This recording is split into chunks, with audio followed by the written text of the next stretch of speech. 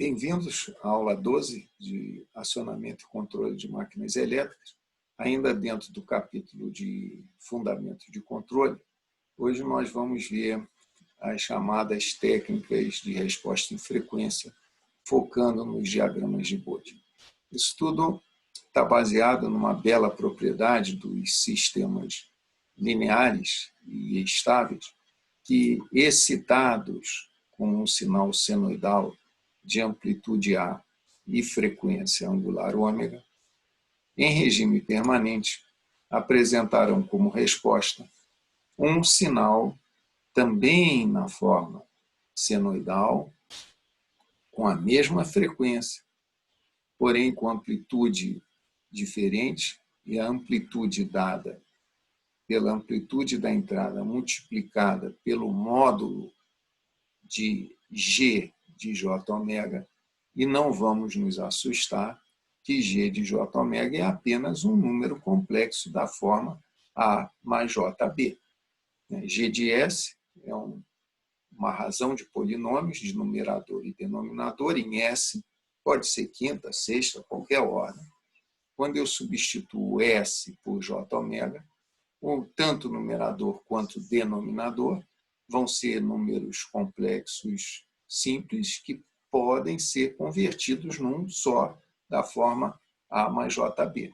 E eu calculo o módulo desse número complexo.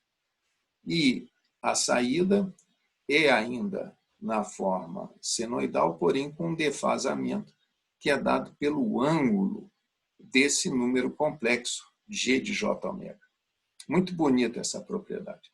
Isso daí pode ser retratado, por exemplo, para um sistema de segunda ordem, vamos dizer, G de S tem essa forma. No momento que eu substituo S por Jω, aqui vai ficar menos ômega ao quadrado, aqui vai ficar 2 que si ômega n, J ômega e ômega n ao quadrado, e ômega n e que si são parâmetros do meu modelo. Para esse caso, as curvas de amplitude são conhecidas, têm essa forma, colocadas aqui já no diagrama de Bode, que tem no eixo das abscissas a escala logarítmica.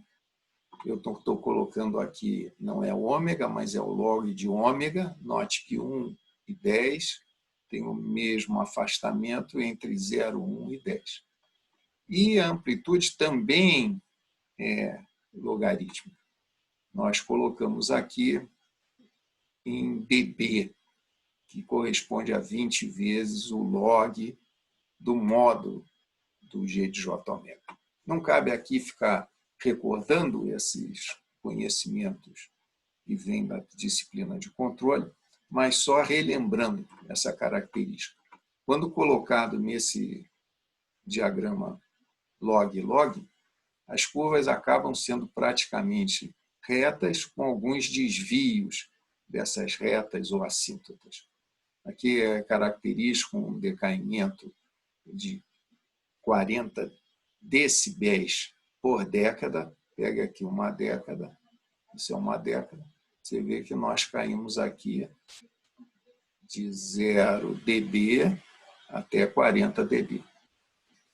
E quanto menor o amortecimento, mais aparece essa região aqui de ressonância.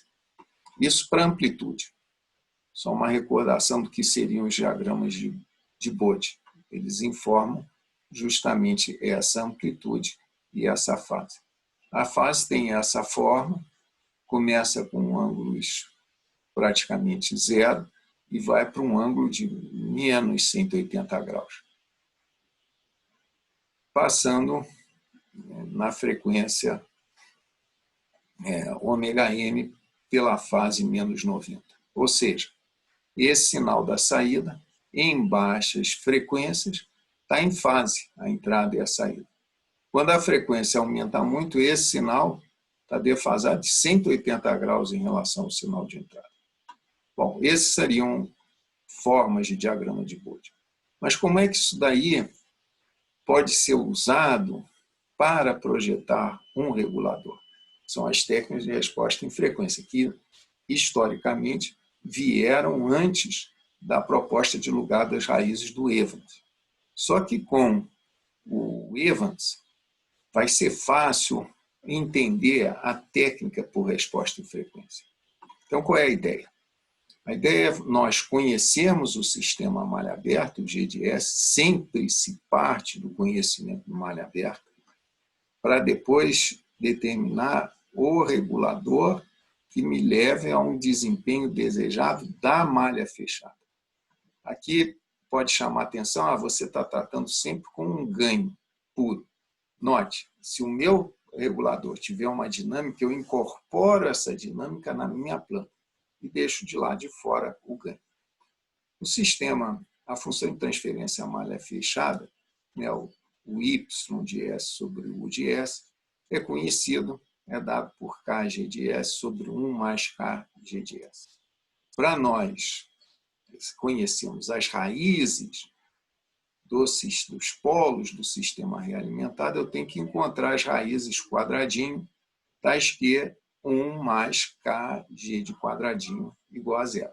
O Evans, o que fez foi ensinar como determinar esses quadradinhos, conhecido polos e zeros do sistema a malha aberta. Bom, vamos admitir que eu conheço o meu sistema e tracei o lugar das raízes dele. No ponto crítico, onde aqui são as raízes do sistema realimentado, são esses quadradinhos aqui que levam a 1 mais K de G de S igual a zero. No ponto crítico, essa raiz ela vale GJ ômega, mais J ômega, menos J ômega crítico, nesse ponto. E, portanto, nesse ponto, 1 mais K de G de J ômega é igual a zero. Ou seja, o módulo do K de G de J ômega é 1. E a fase do K de G de J ômega é igual a menos 180 graus. Então, no ponto crítico, acontece isso. Esse ponto crítico está desenhado aqui. Temos o diagrama de amplitude e o diagrama de fase. No ponto crítico, eu tenho a amplitude igual a 1, portanto, 20 log de 1 é 0 dB, e a fase menos 180 graus. Corresponde a essa situação. Se eu traçasse o diagrama de Bode do meu G de S, veja bem, eu estou tratando do meu diagrama de Bode da minha G de S. Vou inferir sobre o comportamento do sistema a malha fechada. Então, se eu traçar o meu diagrama de Bode da G de S e encontrar essas curvas em vermelho, eu estou na situação da margem de estabilidade. Normalmente, não é todo o sistema, mas na grande parte dos sistemas, e isso vai acontecer nos nossos sistemas eletromecânicos, se eu diminuo o ganho, eu entro numa região estável. Se eu aumento o ganho, eu vou para uma região instável. Então, vamos aqui fazer um exercício de diminuir o ganho para cair na região estável. Se eu diminuo o ganho, a fase não se altera. Olha aqui. A fase não depende do ganho. Qualquer que seja o ganho, a fase vai ser a mesma. Mas se eu diminuo o ganho, essa amplitude vai diminuir. Olha lá, diminuiu o ganho. Vamos diminuir mais um pouquinho o ganho. Bom, cheguei numa situação em que eu tenho esse cruzamento do diagrama de amplitude numa frequência chamada ômega crítico. E, nessa situação, eu tenho uma fase que se distancia do menos 180 graus. Essa distância é conhecida como margem de fase.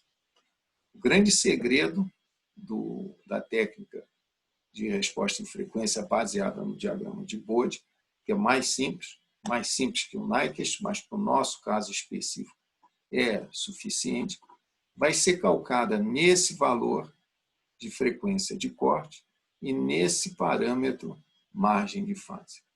Está demonstrado no livro que a margem de fase em graus dividida por 100 é aproximadamente, isso não é um cálculo exato, é um aproximado, o amortecimento. Então, por exemplo, se a minha margem de fase é 70 graus, eu tenho um amortecimento 0,7, aquele XI0,7, que dá um sobrepasso de 5%. E também está mostrado, por um caso particular, mas bastante característico, que a frequência de corte é muito próxima da frequência natural, do ômega-n. E quando eu falo ômega-n, eu estou me referindo a esse termo de um sistema de segunda ordem. Que, note só, aqui tem o valor de ômega-n relacionado com o ômega crítico, para diversos valores de QC. Então, para um QC que nós desejamos, pequeno sobrepasso, 5%, QC 0,7, percebe que entre o ômega crítico e o ômega-n, a diferença não é grande. Então, o ômega crítico, essa ômega de corte, desculpe, é muito próximo do ômega-n. E nós já sabemos também que o tempo de assentamento está dado por essa relação 4,6 sobre QC ômega-n. Isso veio da aula passada, do lugar das raízes. Então, observando a frequência de corte, eu tenho uma ideia da frequência natural e tenho uma informação do tempo de assentamento. Quanto maior for a frequência de corte, quanto maior for a frequência de corte, menor vai ser o meu tempo de assentamento. Você nota que o cobertor é curto. Se eu aumento essa frequência de corte, eu diminuo. É o caso aqui, ó. Aqui a frequência de corte é maior, a margem de fase, nesse caso, vai ser menor. Então, o sistema será menos amortecido. Brincando com os dois parâmetros, então, margem de fase e frequência de corte, eu posso inferir sobre o comportamento do sistema a malha fechada. Esse é o segredo da técnica de resposta em frequência. Não se assuste, você vai achar, puxa, essas técnicas não são fáceis. Realmente, você implementar essas técnicas vai exigir algum exercício, alguma prática. Mas para os sistemas eletromecânicos, nós vamos apresentar um método expedito de se encontrar os parâmetros do controlador. No entanto, é importante ter forte os conceitos de lugar das raízes e de resposta em frequência para podermos fazer bons sistemas de controle. Eu agradeço a atenção.